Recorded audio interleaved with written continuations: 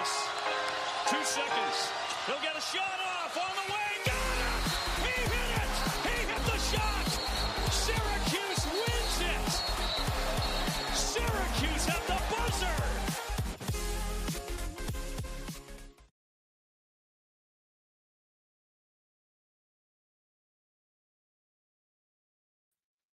Hello, everyone, and welcome into another episode of a Syracuse basketball podcast. I'm your host, James Zuba, and with us today are Christian de Guzman, as always, and special guest, Mike Ostrowski. Gentlemen, how we doing? Doing pretty good for a random trip to South Dakota. Yes, and although this is a basketball podcast, I have to mention we're also keeping busy on the football side. Fran Brown continues to cook. That's all I'm going to say. I don't think James, when he started, when he had the idea of doing this podcast, envisioned that football would be just as busy as basketball was at this time of year. No. Certainly not this time of year with a bowl game in doubt and a new head coach on the horizon and a lot of recruiting news. Saw the guys went to Heritage Hill in Pompey over the weekend, primetime spot. I'd probably commit too if they took me to Heritage Hill, but yeah, that's a busy weekend for football. A lot going on. Also a big weekend for Kyle as it relates to Syracuse athletics. Kyle Cuff with a big performance off the bench, and Kyle McCord coming in to cue it for the Cuse. So a lot of interesting news on both sides of Syracuse athletics. I mean, the most important news is that, at least for Mike and I, is that Kyle McCord will be a member of the Newhouse Mafia, which is just incredible news. There you go. Add another one to the Newhouse Mafia.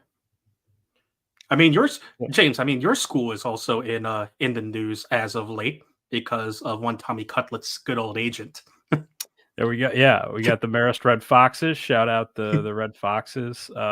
Doing pretty good on the basketball front actually this year too. But yeah, certainly Stellato making some headlines and being a little bit of a media darling, maybe taking advantage of his opportunity doing the media tour. So good for him taking advantage of his 15 minutes of fame. But we'll go on to the basketball front. We'll pivot to that. Syracuse obviously pockets a decisive 83-63 victory against Oregon from Sioux Falls, South Dakota at the Sanford Pentagon.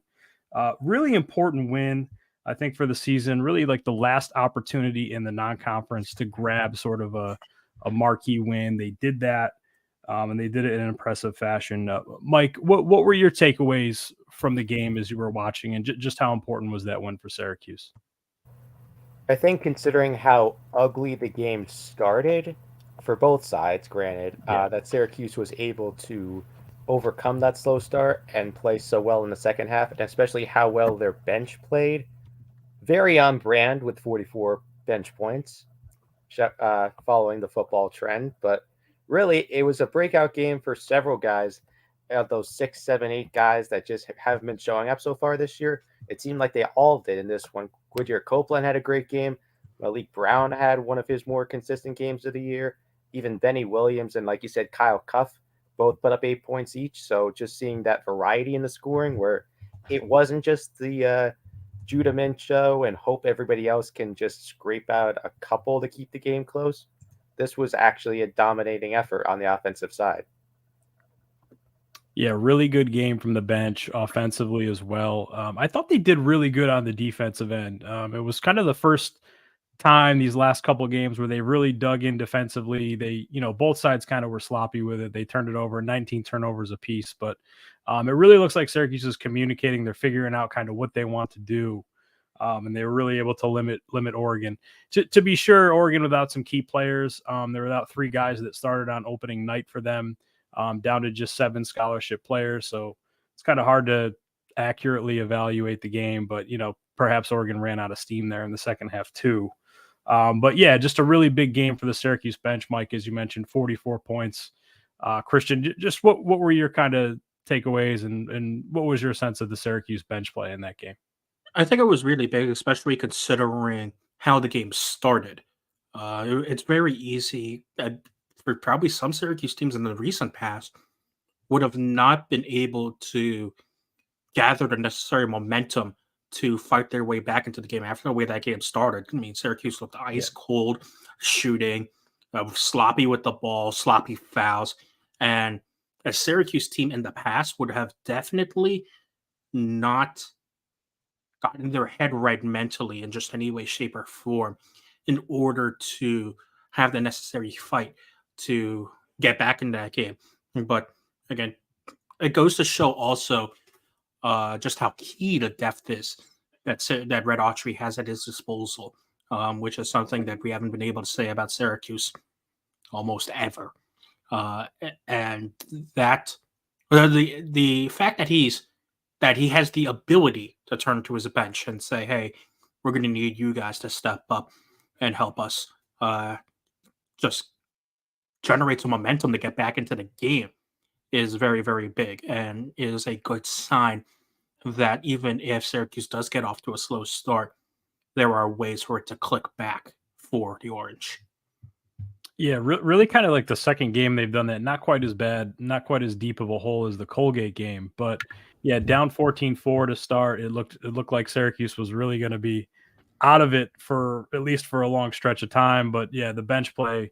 I thought Kyle Cuff was really good. I thought he was really critical in that series. He had a pass that got through to Malik Brown. He scored. He connected on a couple threes, and then he had that run out dunk. But I thought he was really the guy, Mike, to start where he really got Syracuse going and kind of back into that game. Yeah, absolutely. Like you said at the start of the game, the offense was ice cold. Nobody was landing shots. Then he comes into the game, drains the pair of threes, and Yep. gets a little facilitating going after that. So, someone we haven't seen a ton of this season, really making his first big impact. And that's exactly what SU needs going as we are just about wrapped up with non-conference plays. Once you get into the ACC games that are more on the level of an Oregon, where they have the deeper benches, you've got to tap into your own bench a lot more. So to me, that's a very encouraging sign moving forward that he had his breakout game. Hopefully, he can keep it going moving forward. Yeah, and one critical guy off the bench who has been a little bit maligned this season, we'll say, is Benny Williams, and he played a season high 18 minutes, had 8 points, also ties the season high. Probably his best game of the season, if we're being frank. He was engaged on both ends of the floor, up, happy, cheering for teammates. And Christian, I know there was one stretch where he turned, a shot went up on Oregon on the weak side. He turned, he found a man, he boxed out. He went up and he grabbed a rebound and then flashed an outlet pass ahead for a run out. So I think for the rebounding thing, Syracuse has done a much better job rebounding since the Maui Invitational. It's something that we've talked about. They won the rebounding battle in this game. But I think Benny Williams gives them a different ceiling as far as the rebounding goes. And for that reason, Justin Taylor's been asked to play out of position. He had 4 rebounds on the day. He's done an admirable job there at 6'6", kind of playing out of position. But again, I think, this team really needs Benny Williams, and, that game really kind of showed why. And especially when you see the way that Benny rebounds, it's not just so much that, okay, he's another tall body that has the athletic frame to rebound. It's the way that he goes up and tries to jump and command the ball immediately, even before it touches the ground. That's a style of aggressive rebounding that's just kind of been missed from Syracuse again in recent years. Yeah. And no one else on this team, save for Malik Brown, probably has the ability to go up and grab a rebound and tower over everyone and command the space in the air to grab a rebound like Benny does on the Syracuse team. So the fact that he can make those rebounds less of a 50-50 ball and a more of a 75-25 ball in his favor is just one of the things that has helped Syracuse when he's on the floor.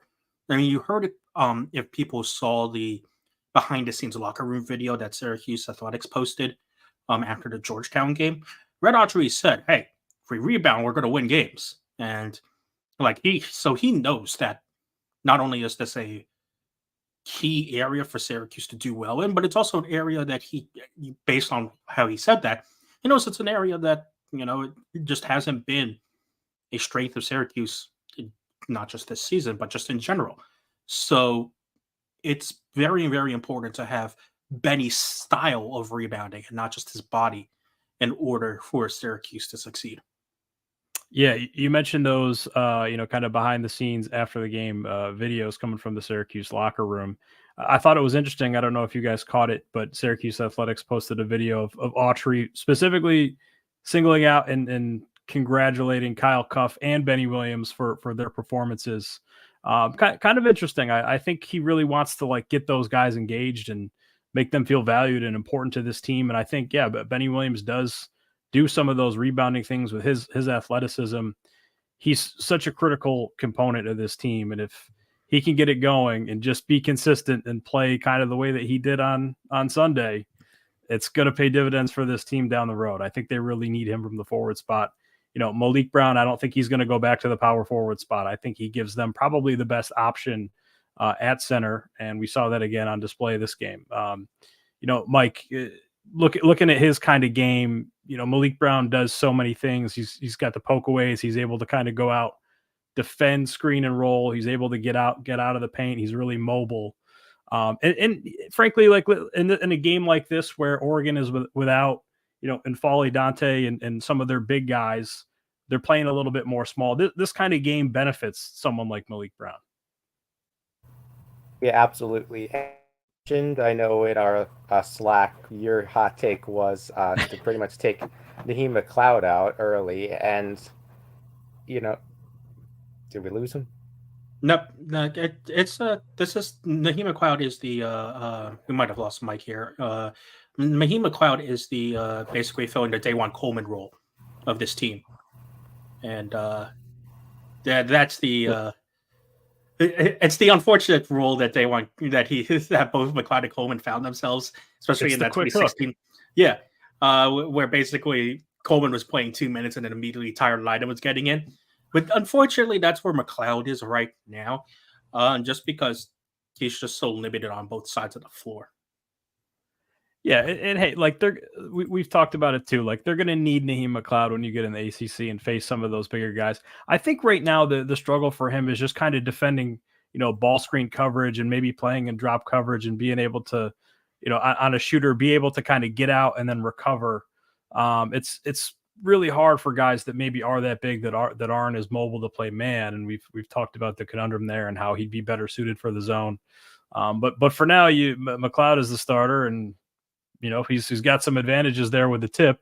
He doesn't win every tip, but he's got some advantages there with the height. So I think he'll remain the starter. But I think, in games where teams are able to play smaller, Syracuse is going to want to keep Malik Brown in there. But, keeping it in line with the bench.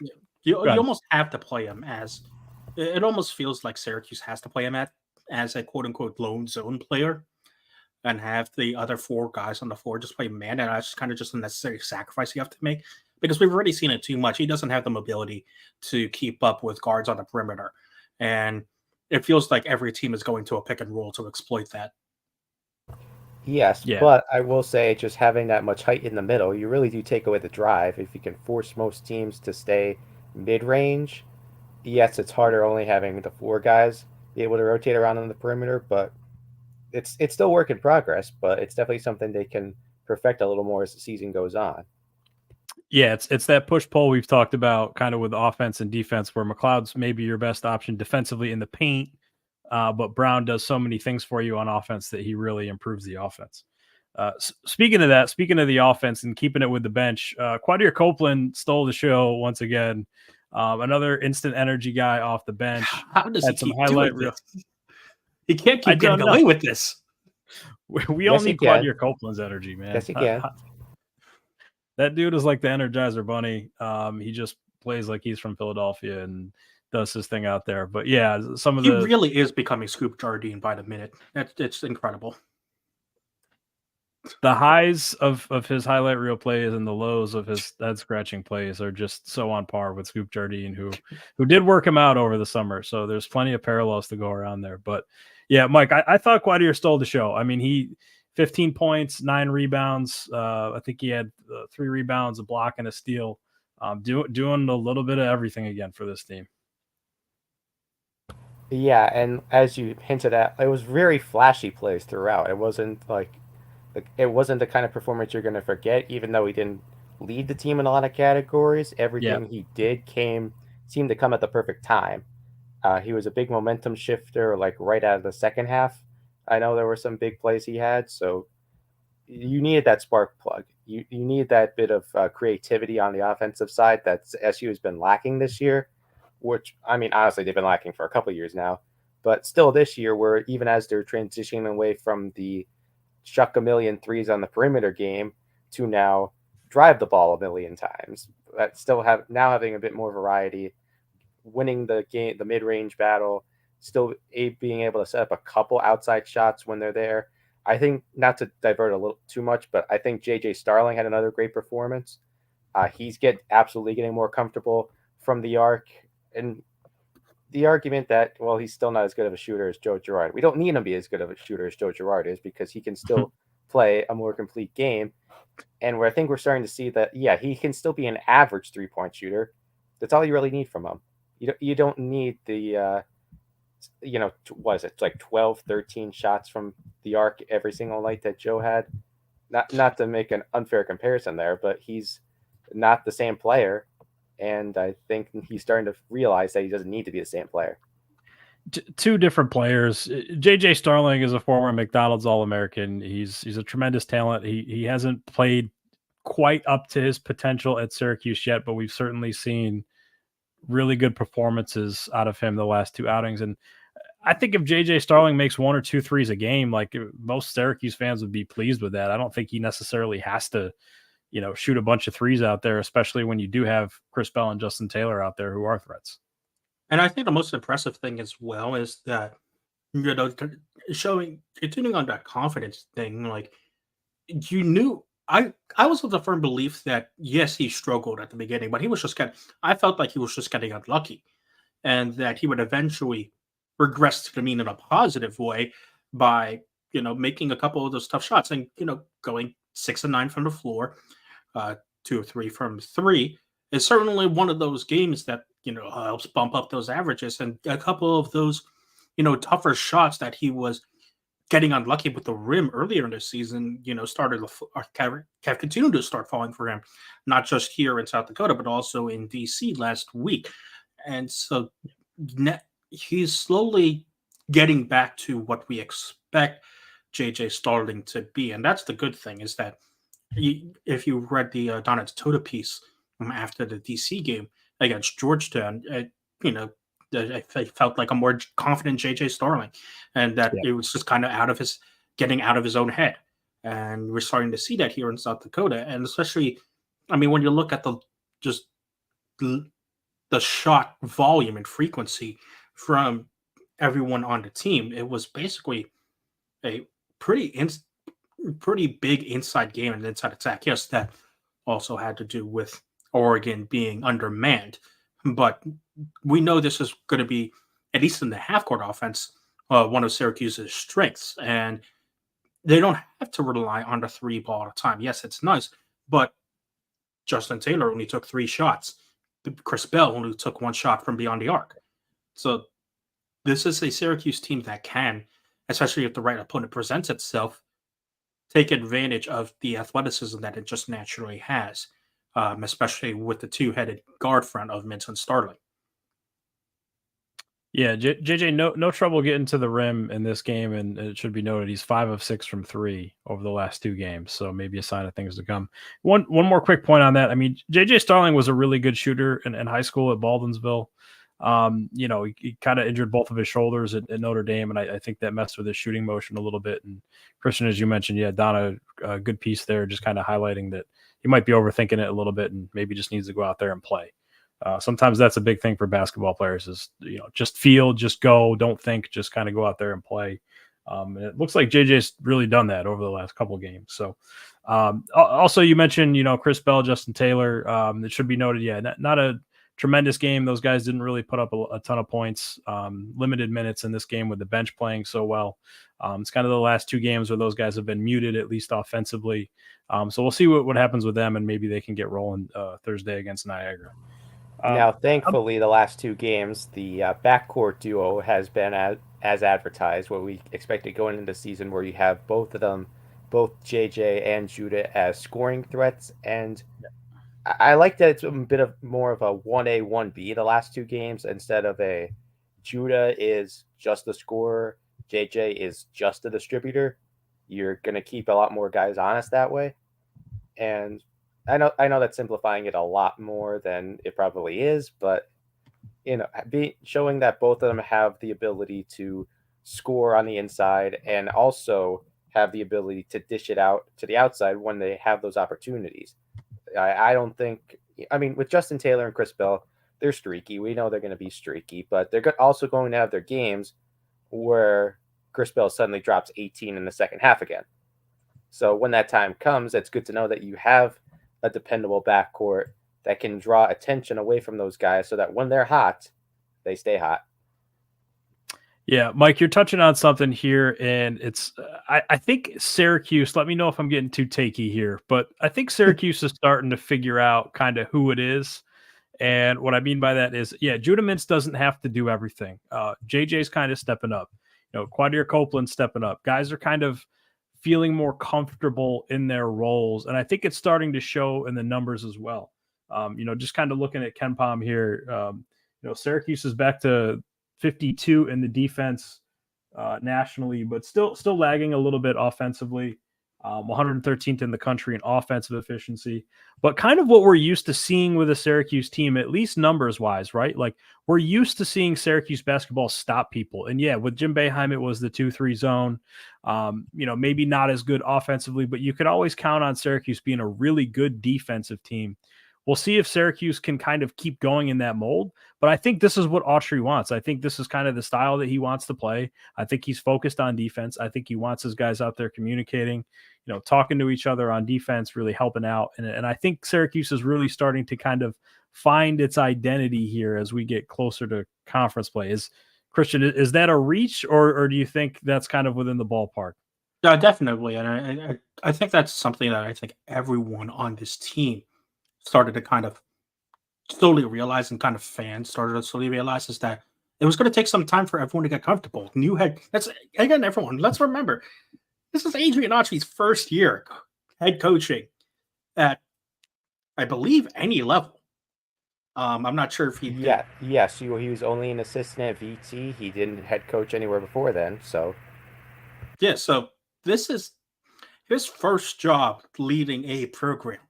Yes, he's had some excellent mentors beforehand in terms of how to lead a program, but this is his first time actually doing it. And it's a lot different from watching to actually putting that into action. And so now that you have these teams, now that he's gotten a couple of games under his belt now, it feels like that Syracuse has a better idea of what its team identity is. And that's really, really important. I don't think Syracuse had that at all, especially when you look at all the quadrant one losses that they have. They didn't look like they had an identity in those games. Maybe a little bit in the first halves of the Tennessee and Gonzaga games, but that was also taking advantage of a slow start from both of those teams as well.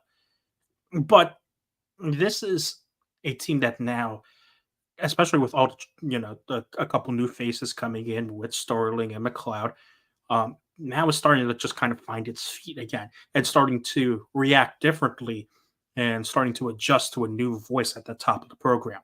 And he's gone from just being a position coach and just a fundamentals coach to being the guy who's running the entire thing. And so now players have started to adjust not only to Red's coaching style, but also starting to adjust to each other. And that's only going to help, especially when we get to that beginning part of the ACC, which is very, very daunting for Syracuse. Yeah, it's as we've talked about, like after the Colgate and the Maui, like this is a process. This doesn't just happen overnight. There's no magic wand. You got a lot of guys, a lot of young guys in particular in new roles. Judah Mintz was a star last year, but he wasn't necessarily the lead guy. He had Joe Girard and Jesse Edwards with him last year. JJ Starling, he's coming home, and maybe he was pressing a little bit. He's kind of in a new role. Obviously the coaching staff, you just go down the list. Every guy's kind of just taking on a new role within a new team this year, and a bunch of sophomores now who were freshmen last year who, Justin Taylor wasn't relied on as much last year, and Quadir Copeland barely played last year. So these are all new guys and all new roles, and it does take some time, and it is a process. I think there's a lot of positives to talk about going forward. We can talk about some more of those things, but for you guys, in the early season, like some of the concerns were, the rebounding, the 3-point defense. It seems like Syracuse has really addressed that, but now as we kind of have seen, these last 12 games from Syracuse and there's one more game before conference play, but what are your biggest concerns of this team now kind of going into ACC play? I'll start off. I honestly still think the 3-point defense is a bit of a concern because looking at some individual performances, it hasn't necessarily been Syracuse playing good perimeter defense. It's been other teams just shooting horribly on the arc. Like Cornell should not have shot as bad as they did in the last home game. Oregon was 4 of 27. Syracuse played pretty solid defense, but they did not play a 4 of 27 from the arc defense. Oregon had some open looks. Yes, and they missed some open looks. So I say when it comes down to the teams that are not going to miss those 3-point shots, like how Colgate was not missing those 3-point shots, when Virginia, who is not a very good 3-point shooting team, they were getting a lot of open looks just a couple weeks ago. Once you get to playing that higher level of competition again, where you have multiple guys on those rosters that can drain threes in succession, that's where I think SU is still going to run into some issues, especially that early stretch of ACC play, as we mentioned, where you've got Pitt, Duke, especially Duke, but Duke, UNC, then back against Pitt again, Miami. That stretch is where I think you're going to start seeing the defense exposed a little bit again. But at the same time, it is the first year with Adrian Autry. It's the first year implementing a new defense and having a bit of a mix of actually learning two different kinds of defense. Some man still maintaining some of the zone when it's appropriate. So all things considered, I'd still say they've done a fairly good job, and they're at where I'd like them to be right now. They just need to keep going. And when you take a quick look at this ACC schedule, if you're watching the stream right now, you can see that you can count on one hand the amount of teams that are above the top 100 and the net rankings right now. This is a Syracuse. This is an ACC that actually has fairly decent teams, and as we kind of expected, the middle of the ACC is just a kind of hodgepodge of what's actually happening. I mean, Boston College is still at a respectable 80 net, even still at 73 in the RPI. That game is not going to be as easy as probably some Syracuse fans think it's going to be. Wake Forest, kind of similar, 86 in the net, 92 in the RPI. This beginning of the schedule, you don't get a break until a weakened Florida State team comes to the Dome. And so this is a team that, while this win against Oregon is very, very good and nice, it's still isn't representative of what probably Syracuse would have faced if this was a full strength Oregon. And same thing with the previous games, like Cornell, like Mike said, didn't perform up to the record that we would expect. I don't think Cornell is always going to shoot 9 or 33 from 3. So Syracuse can't afford a game like Cornell where this was a very winnable game for the Big Red. And when you take a look at the just behemoth of the teams that Syracuse have to face in this first 6-game stretch of the ACC schedule, this tune-up game against Niagara becomes very, very important, just to keep everyone sharp and fresh. It does. It's a game that you can't afford to drop. You got to come out and take care of business there. You talk about the 3-point defense, and yeah, Oregon had some open looks that they just missed. It wasn't anything really defensively. It was just, there was a few shots that they just missed. I think the 3-point, percentage on offense is actually a slight concern too. I mean, the last couple games, Syracuse's 2 shooters, Chris Bell, Justin Taylor, haven't really gotten going. The team shooting 32.4% from 3 on the season. It's not terrible, but you want to be at least at 33.3%. I like to think of the offense in terms of points per possession. You want to really just get your offense to a baseline of where you're getting 1 point per possession. So, kind of 1 point per shot on the 3-point making, if you want to think of it that way. But yeah, I think they have to get that up. And to Syracuse's credit, some of the other guys like Kyle Cuff, JJ Starling, they've started to make threes a little bit, so that's a little bit encouraging. But when you're kind of playing like a guy like Quadir Copeland, and for all the right reasons, it does kind of hurt your 3-point shooting out there, where you have a forward and another guard who can't really shoot. And then if you're playing Benny Williams too, he's hasn't really quite found the rhythm yet this year. So I think they've got to find a way to make some more shots from the perimeter. Especially as ACC play looms. Especially if these steal numbers aren't in the double digits, because as we know, Syracuse creates a lot of points off turnovers. That's just the MO of how this Syracuse team plays. And so if you're not going to get those steals, then you can't have these 3-point numbers be below 15. Even you would like it to not be below 20, at least in the attempts as well. Because you can see, Syracuse didn't make a fair amount of those 3-pointers, but I think attempts-wise also needs to go up as well. So that is low volume. That is an area where I think Syracuse also needs to kind of bump it up. And it was kind of a thing that I've always had a problem with, especially when Tyler Lydon was at Syracuse. This wasn't the problem with Gerard or Boeheim. But there are some times where Syracuse players just feel reluctant to shoot threes. Especially in this day and age, let it fly. Trust your shot. It feels like Bell and Taylor are sometimes too scared of a closeout coming too fast and ruining their shot. I think they need to have a much more quick release on their shooting, because it feels like they're giving up the ball way too many times on the perimeter. There's way more opportunity for Justin Taylor to take shots within this offense. And I think that's going to be one of the keys too, is just getting him more involved in the offense going forward. I think Chris Bell kind of just likes to have the ball in his hands and maybe give a little bit of jab, see how his defenders kind of guarding him. But yeah, Christian, to your point, it's like there's times where he could just catch and rip and shoot, and he's a great shooter. You might as well just take that first shot. It's probably going to be better than having the guy come up and guard you, put a hand up, and your first look would be better than that second look. I know Mike brought this up in our small private stream chat as well. Maybe this helps as well, volume shooting wise, if Chance Westry does come back. I'm not confident that he is coming back this season at all. I'm just gonna put it out there. I don't think he's playing this season. That's just a hunch. That's just a hunch I have. I'm going to be completely honest, and I agree that I don't think he's playing again this season. I just brought it up because the coaches have been bringing it up recently, and at least one broadcast has mentioned that he is supposedly close to resuming basketball activities. Now, that's a very broad statement. Does that just mean dribbling the ball in place, or does that mean actually scrimmaging and taking shots? Because those are two very different things. Adrian Autry was asked at a fan event that was put on by ESPN Radio Syracuse locally. He was asked about Chance Westry.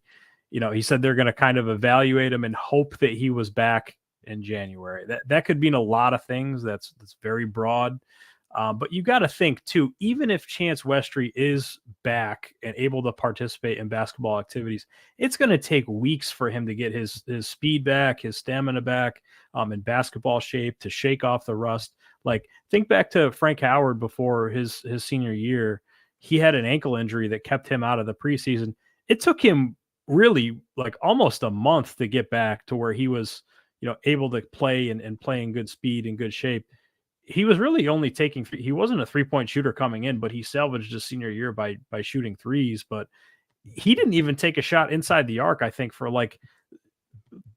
inside the paint, I think, for the first month that he was playing. So even if Chance Westry is available, it's going to take him some time to get back. And like you're saying, Christian, I wouldn't expect much this year out of Chance Westry. I just wouldn't expect that if I was a Syracuse fan.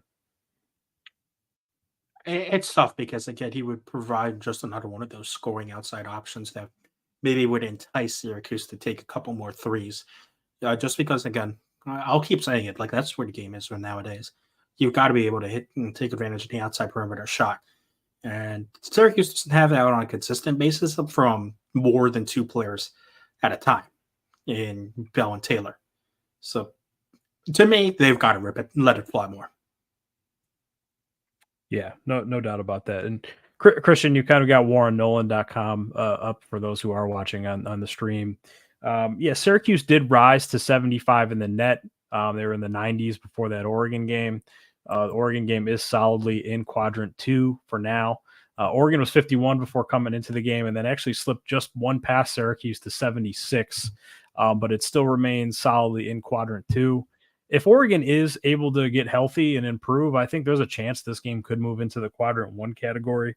But for you guys, what do you see as Syracuse's NCAA is the NCAA tournament possible? Because I think if you look at it this way, if you take care of business against Niagara, you're 9-3, and then if you just go 500 in conference play, I think that's very tenable for Syracuse. So if you go 500 in conference play, that gets you to 19 wins. You're 19-12 on the season, and if you go 1 game or 2 game over 500, of course it matters where the wins are coming from. But if you do that, and it seems very possible for Syracuse, that would probably put you in the NCAA tournament discussion. No, I think the big thing that Syracuse has to worry about is these ACC road games, especially against the middle of the pack teams. They've got a lot of opportunity against those middle of the pack teams in the ACC on the road in order to take advantage of, getting a good quote unquote quadrant 2 win, or even an away win that bumps up to a quadrant 1 just based on where the net rankings lie. I mean, again, let's go through it right now. Boston College somehow could move up to a net 1 ranking if they win on the road against this Boston College team, and if it continues to rise. Same with Wake Forest. Probably not Georgia Tech, but hey, this NC State game, I know NC State is good right now, but it could be a quadrant 1 win against NC State, which Syracuse has taken to the Wolfpack in the past at Raleigh, even though this is a better NC State team than recent years. So you probably are looking at those 3 key games that Syracuse just has to win on the road. And of course, Pitt's going to be its own beast in itself because Syracuse seemingly cannot win in the Peterson Event Center unless they have Tyler Ennis hitting a game-winning buzzer beater. So, there is opportunity here for Syracuse, but you're looking at those 4 games that Syracuse really has to take advantage of. Yeah, going into the season, I had SU at 18-13, just barely missing the tournament, probably an NIT team. But I also had them losing to Oregon. And I do think that game is absolutely going to matter down the stretch when you get into those last couple weeks of the season where you're facing some of the lighter ACC competition where maybe the pressure is off you a little bit, because most of those games at the end of the year, like Clemson's going to be rough. But before you get to that point, you go to that. Before you get to that point, before you get to that point, like the Louisvilles, the Notre Dames, even the VTs, the NC States, the Georgia Techs, those are all, as you said, winnable games, but you don't have to feel the need to win all of them because you have this early quad 2 win that I think it's safe to say it's not going to dip below a quad 2 win at least. So you at least have that early resume builder.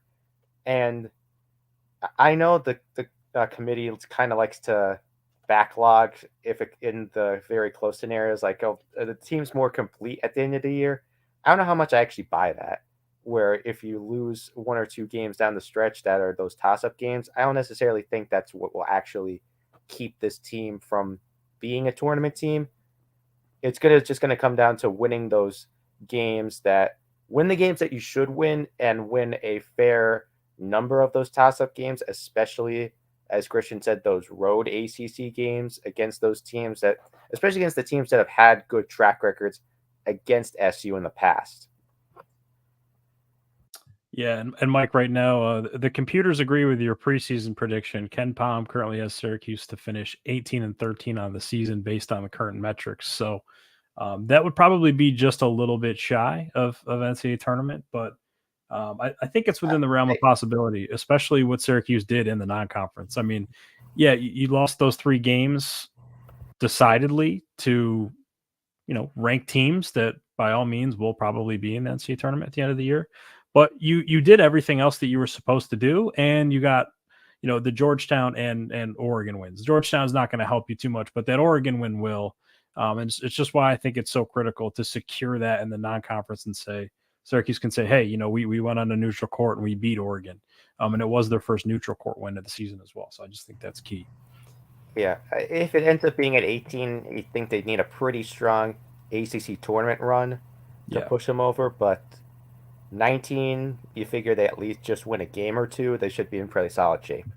And when you take a look at the projected scores here on warrowandnolan.com, there's quite a lot of 1 point, 1 possession loss games, some even 2 possession loss games that Syracuse could very easily flip and turn around. I mean, you could argue that playing Miami at the Dome, that's a huge plus and could easily turn this into a 1 point win. North Carolina, they still have Syracuse winning at the Dome and only losing by 4 in Raleigh, only losing by 1 against Georgia Tech right now, only losing by 1 at home to North Carolina, and same with Clemson. So there's there's opportunities here for Syracuse to turn this around. This record that Warren Nolan has comes out at 16-14, and Syracuse could easily flip some of these around and could get to 20 wins. I think they can get to 20 wins with a win in the ACC tournament as well. And that's probably something that Syracuse has to do once again in order to secure an NCAA tournament spot. Is that they've got a favorable draw in the ACC tournament. They've got to get at least 1 win there. Yeah, for sure. And just 1 neutral court win on the season. So, adding to that would obviously boost its resume. Yes, Syracuse beat Chaminade, but that won't be considered as part of the NCAA tournament selection criteria. They'll just throw that game out given they're a D2 opponent. So that won't count for Syracuse, at least as far as the NCAA tournament committee is concerned. And it's going to be full body of work, right? But when you look at the upcoming schedule past that Niagara game, it's as we've talked about. Yeah, it's a home game against Pittsburgh. You go at Duke. You got Boston College at home, which is improved this year. I know people want to probably dismiss Boston College, but they do have a good team this year with Quentin Post, and they are 80th in the net, so that will be an important game. After that, you go at North Carolina, at Pittsburgh, home against Miami. I think that's the stretch that's going to determine Syracuse's postseason fate. And that's not to say that you can't drop 3 or 4 of those games and make up for it at the end of the year. But I just think that's such a critical stretch where you're playing your best opponents in the ACC right there, and you've got a chance to get some marquee wins early. I think also this 3-game stretch right here is going to be massive for Syracuse. North Carolina State, Boston College, at Wake Forest. This is your opportunity to pick up 2 wins that could potentially become quadrant 1 on the road. At the very least, getting 2 key quadrant 2 road wins would be massively helpful for Syracuse. And then picking up a key win against North Carolina State, which Syracuse has had problems with, especially when it's a form North Carolina State team. Hey, they beat them when they were ranked last year. This is true. That's a good point. All right, gun to your head. Does Syracuse make the NCAA tournament, Christian? No. Mike? Sadly, no. I'm going to go yes. I'm going to be the optimist here. I think they'll get it done. I really like the way this team is playing right now. Yeah, some of it might be fool's gold. Georgetown, not that good, as we know. Oregon without some key guys, but I really like the way this Syracuse team's playing. I'm not going to say they're going to get 20, 21 wins in the regular season going in the ACC tournament, but I think they're going to make I think they're going to make the field. I think they've been playing good lately. I think the big thing is it's going to be kind of just a combination of the things that we've talked about, but especially on the offensive end of the board, it can get very easy to scheme against Syracuse. I know easier said than done because Mintz and Starting have done a good job of drawing fouls, especially Mintz. But if Syracuse can't figure out a way to balance the scoring, it's going to be very easy to just pack in the paint and prevent drives from Mintz and Starting to ever get even going. So if Syracuse can't diversify its scoring a bit more to try and take some of the heat off of Mintz and Starling, then it'll get very, very hard for Syracuse to keep up offensively, especially when teams can have areas to take advantage of Syracuse defensively. That's fair. I'll be the only one drinking the Kool-Aid. But you bring up a good point with the offense. Yeah, easy to guard. I mean, you look at the way that some other teams are running. They're like, I watch UConn play, and I'm like, that's how a modern offense is run. Syracuse is much more like offensive breakdown. Judah Mintz is going one-on-one, or JJ Starling is going one-on-one and trying to make a play, which you do need that too, but you got to be able to execute a little bit better, I think, for them offensively within the half court.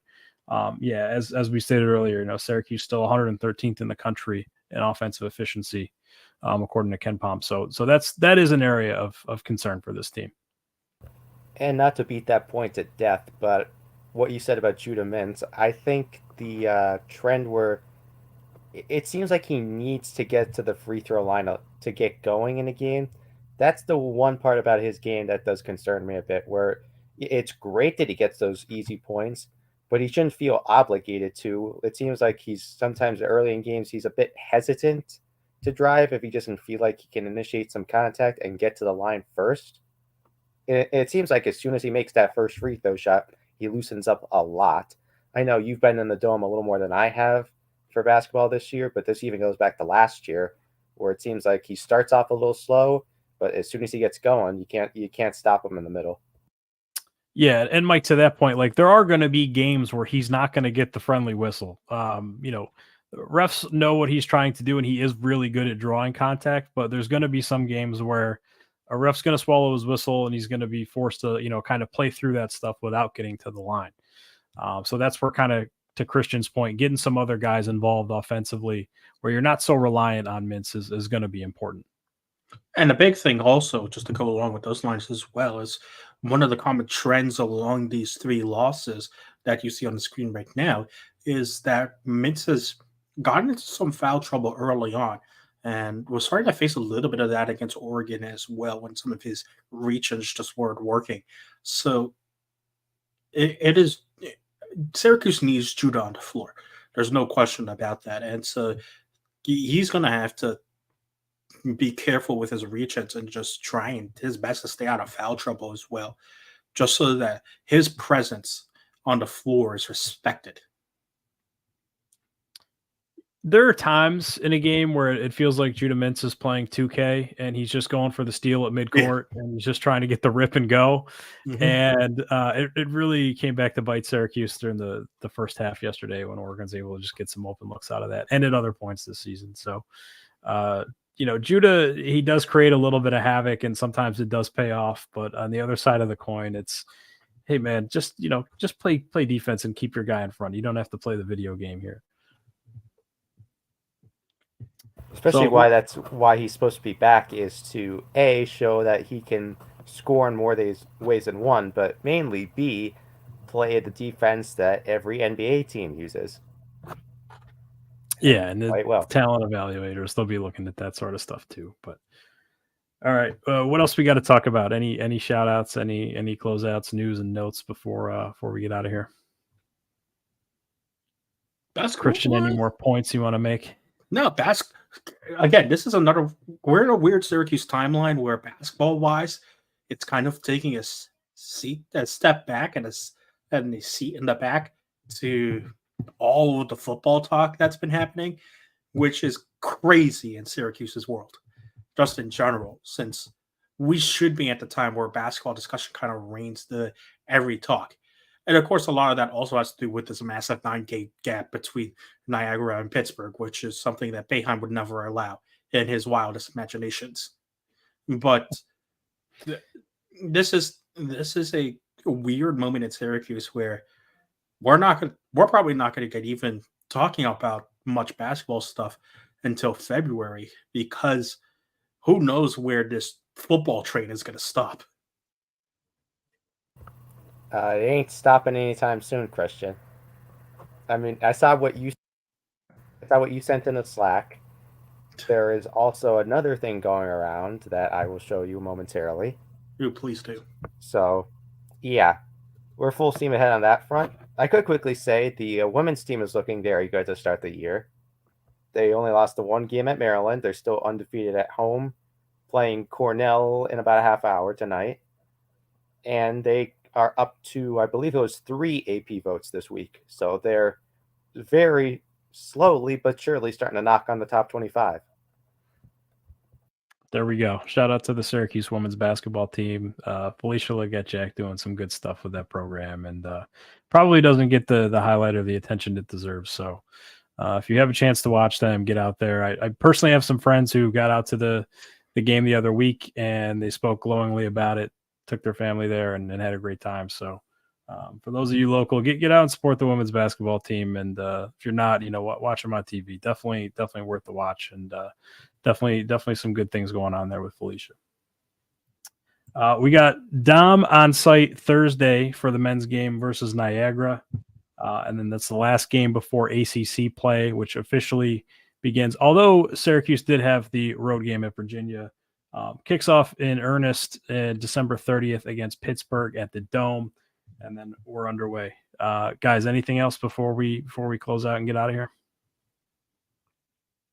No, hopefully Syracuse can get the balance scoring right for the UCC play. Yeah, that's right. I believe we're good. Now the only question is, which game is the game? Because I don't think Otto's has quite figured it out yet.